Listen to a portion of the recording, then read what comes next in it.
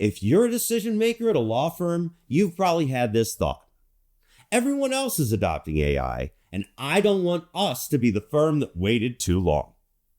That fear of missing out is where a lot of very smart law firms start making very expensive decisions. Let me give you a real example from our own experience. When we started looking at AI tools at my firm, several were priced per case. On paper, that sounds reasonable, but when you actually run the numbers, those costs can skyrocket, and fast. Even after negotiating the rates down, and I mean significantly, you can still be staring at tens or even hundreds of thousands of dollars before your team has figured out whether the tool actually helps them. At my firm, I made the mistake of buying a big chunk of AI up front, thinking we'd figure out integration as we went. That feels proactive, but in reality, it's backwards. So if you're feeling AI FOMO right now, here's AI for Attorneys' basic 5-point plan for bringing AI into your firm.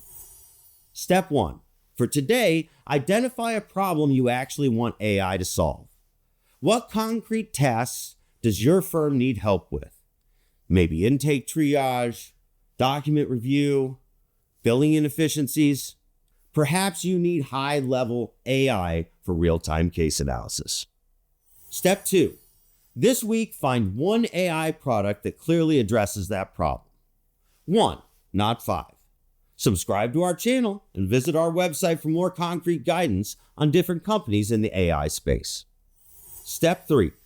Next week, call the vendor and ask for a limited test run. 3 to 5 cases. Offer to pay full price for those. You're buying clarity, but you're not negotiating yet. Step 4. Create a short, standard operating procedure.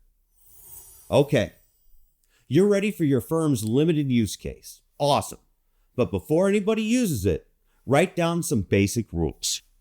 When to use AI, when not to use AI, and what good output actually looks like. Pro tip. Ask the sales team to help you build that SOP. If they want your business long term, they're usually very willing to tailor the product to how your firm actually works. Step 5. Next month, reevaluate. Did it save you time? Did your team actually use it? Did it reduce friction instead of creating more? If the answer isn't clearly yes, you didn't fail. You learned something cheaply. AI isn't about buying early, it's about buying deliberately, in a way that respects your people, your budget, and your practice. Around here, we don't buy the whole tractor just because the salesman brought donuts. We take it for a lap around the field first. Let's talk about one of the fastest ways AI adoption goes off the rails in law firms: per case pricing. On paper, it sounds reasonable. You only pay when you use it. That feels safer than a big flat fee. But here's what I learned the hard way. Once an AI tool is available firm-wide, the costs start adding up, whether or not the value is there. Even after negotiating rates down, and you should negotiate rates down, per case pricing can quietly turn into tens or even hundreds of thousands of dollars before anyone can clearly say, yes, this tool actually works for our firm. Now, the problem isn't the vendor. The problem is adopting usage before you understand behavior. So if you want to avoid the price trap, follow this simple roadmap that actually works. Step 1, targeted adoption, not firm-wide adoption. When you talk to an AI vendor, the right conversation is not how fast can we roll this out. It's I'm interested in your product, but I need to see how it works with my team. Tell them you want to start small, 3 to 5 licenses for 3 to 5 cases. And yes, tell them you're willing to pay full price for that limited group. You're not negotiating yet, you're buying clarity. Step 2, time box the test. Don't let pilots drag on forever. 3 months is plenty of time to see the following: who uses the tool, what they use it for, and whether it saves time or adds friction. A longer time frame here usually just hides indecision. Step 3, Define usage before you buy anything. This is the part most firms skip, and it's where the money leaks out. Before your team ever touches the AI, you need to know when they should use it, when they should not, and what kind of output you actually expect. If everyone uses the tool differently, you're not testing the AI, you're testing your team's personalities. Step 4, write a short SOP. It doesn't need to be fancy. 1 or 2 pages is fine. Even 1 or 2 paragraphs is fine. The goal is uniformity. Uniform inputs, uniform expectations, and uniform results.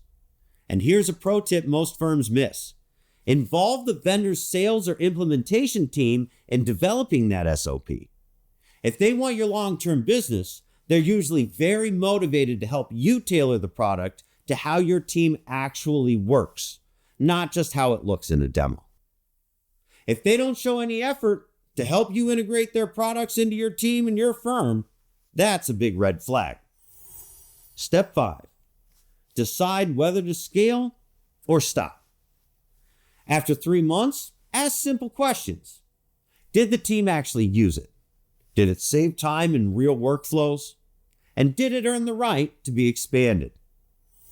If the answer is yes, then you talk about buying more. And that's your point when you start your negotiations. If the answer is no, you didn't fail. You avoided a very expensive mistake that your competitor likely made. Per case pricing isn't dangerous because it's dishonest. It's dangerous because it rewards speed over thought. The firms that win with AI are the ones that slow down just enough to be deliberate.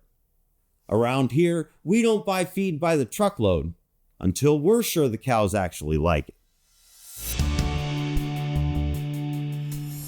Today, I want to talk about what actually happens after you decide to test an AI product. This is where a lot of firms get tripped up. Piloting AI isn't about turning the tool on and seeing what happens.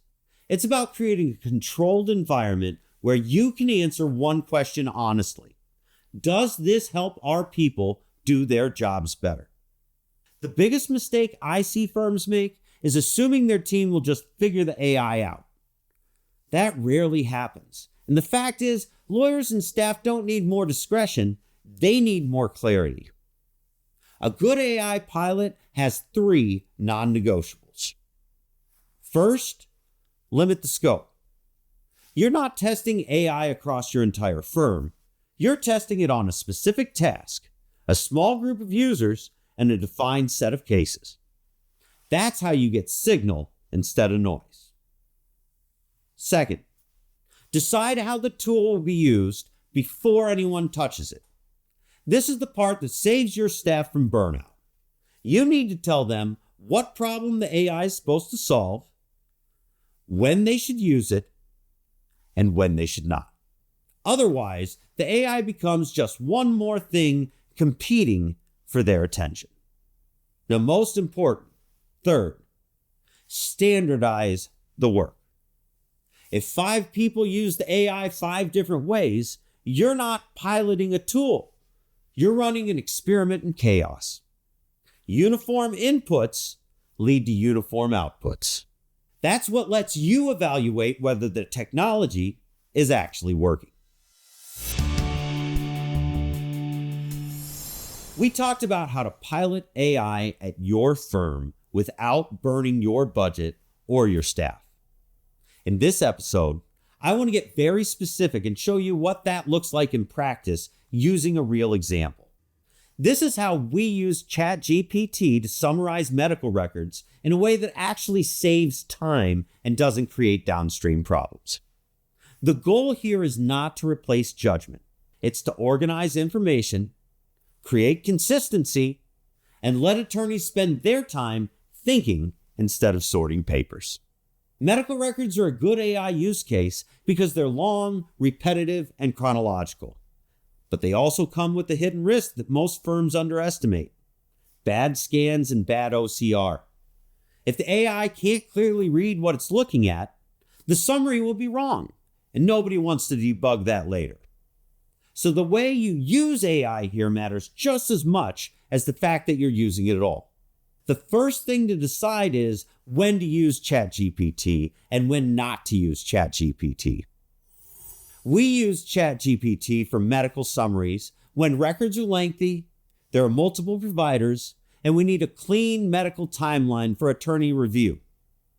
We do not use ChatGPT for medical causation opinions, legal conclusions, or final work product without human review.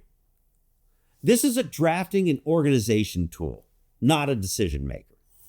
Now let's dive into the SOP for how this process actually works. First, have your staff prep the records. Start with the basics. Remove any duplicates and put the pages in order. Next, because we're using ChatGPT to analyze these documents, we'll need to redact any sensitive client information. This generally means three things: the client name, the client date of birth, and the client social security number. At our firm, we use the redaction feature in Adobe Acrobat, which allows you to search the document for the text you want to redact, and then saves a copy that is scrubbed. Once the document is free of sensitive client information, we're ready to move on to the AI portion of the process.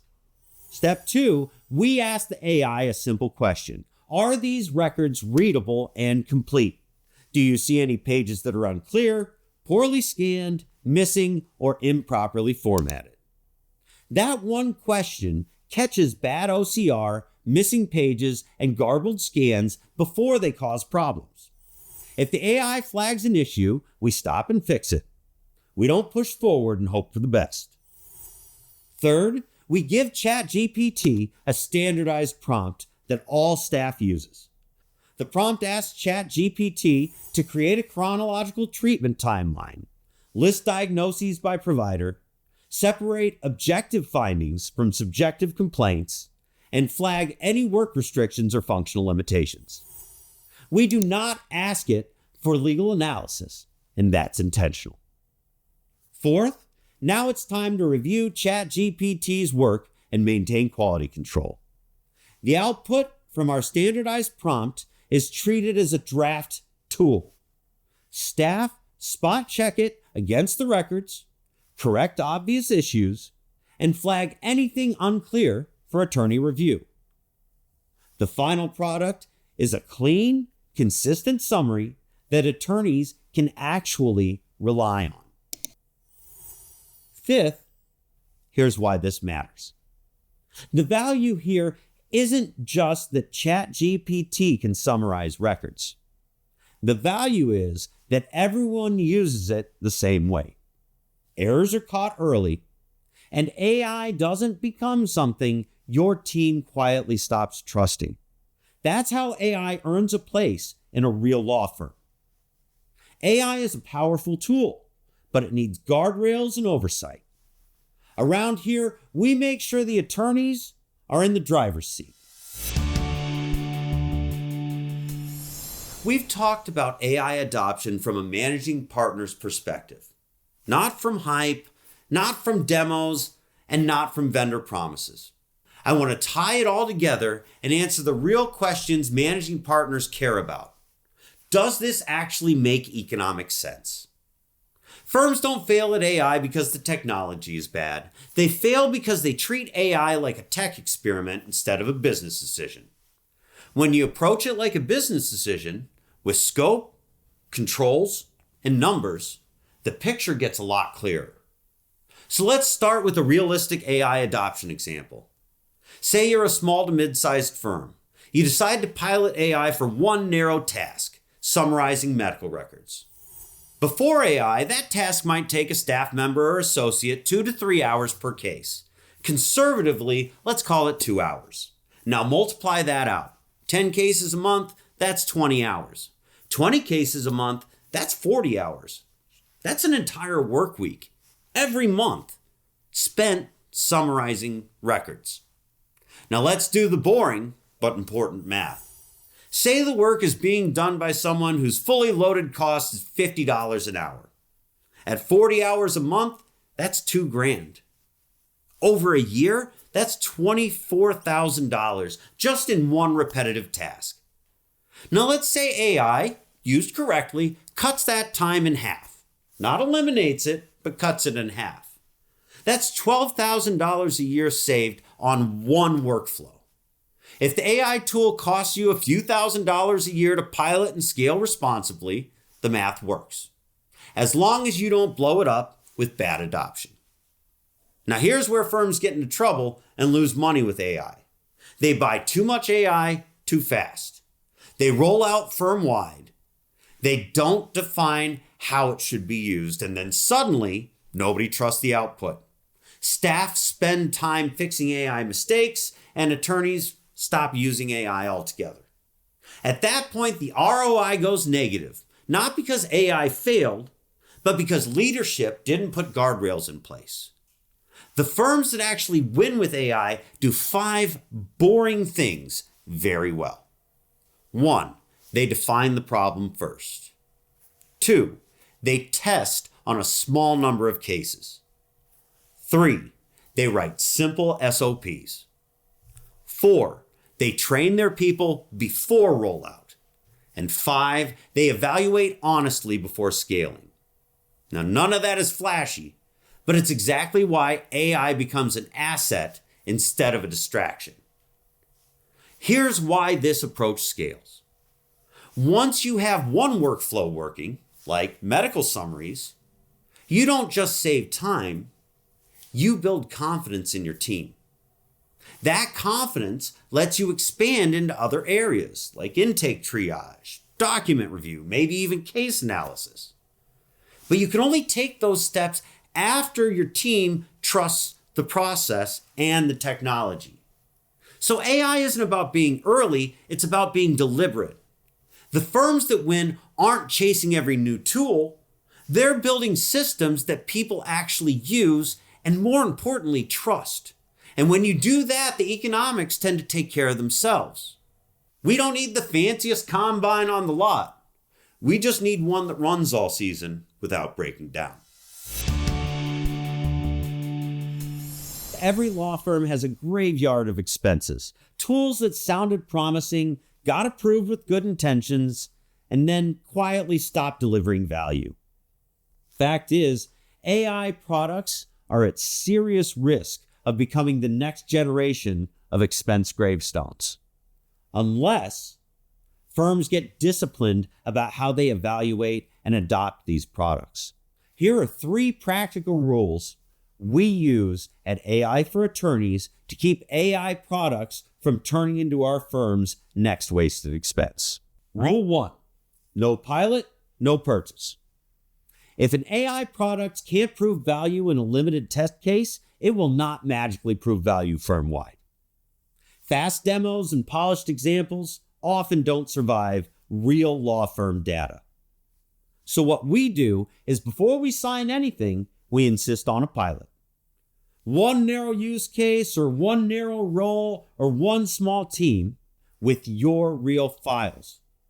Strong products will survive this. Weak ones often won't. And we know that if it won't work small, it won't work big. Rule 2, if it can't be explained in plain English, it won't get used. Law firms don't fail to adopt software because it's powerful. They fail because no one understands where it fits into their day-to-day work. When AI products rely on jargon, adoption collapses. So here's what we do. We force the conversation out of tech speak and into outcomes by asking questions like, what specific task does this reduce or eliminate? Who reviews the output? And what happens when it's wrong? If you or the vendor can't answer these questions clearly, your staff won't trust the tool. And we all know unused software is wasted expense. Rule 3, start with the problem, or you're just collecting tools. Most wasted expenses follow the same pattern. A firm buys a product first and tries to invent a use for it later. AI should never be bought that way. What you can do here is before evaluating any AI product, write down one concrete problem you want it to solve. For example, medical records take too long to summarize, or emails don't get routed correctly, causing missed deadlines, or attorneys are doing staff level work. Then judge the product on one question only. Does this product directly and measurably solve this problem? If the answer isn't clearly yes, keep looking. AI can absolutely improve law firm operations, but only when it's adopted deliberately. Pilot before you buy, demand plain English, and stay anchored to the problem you're solving.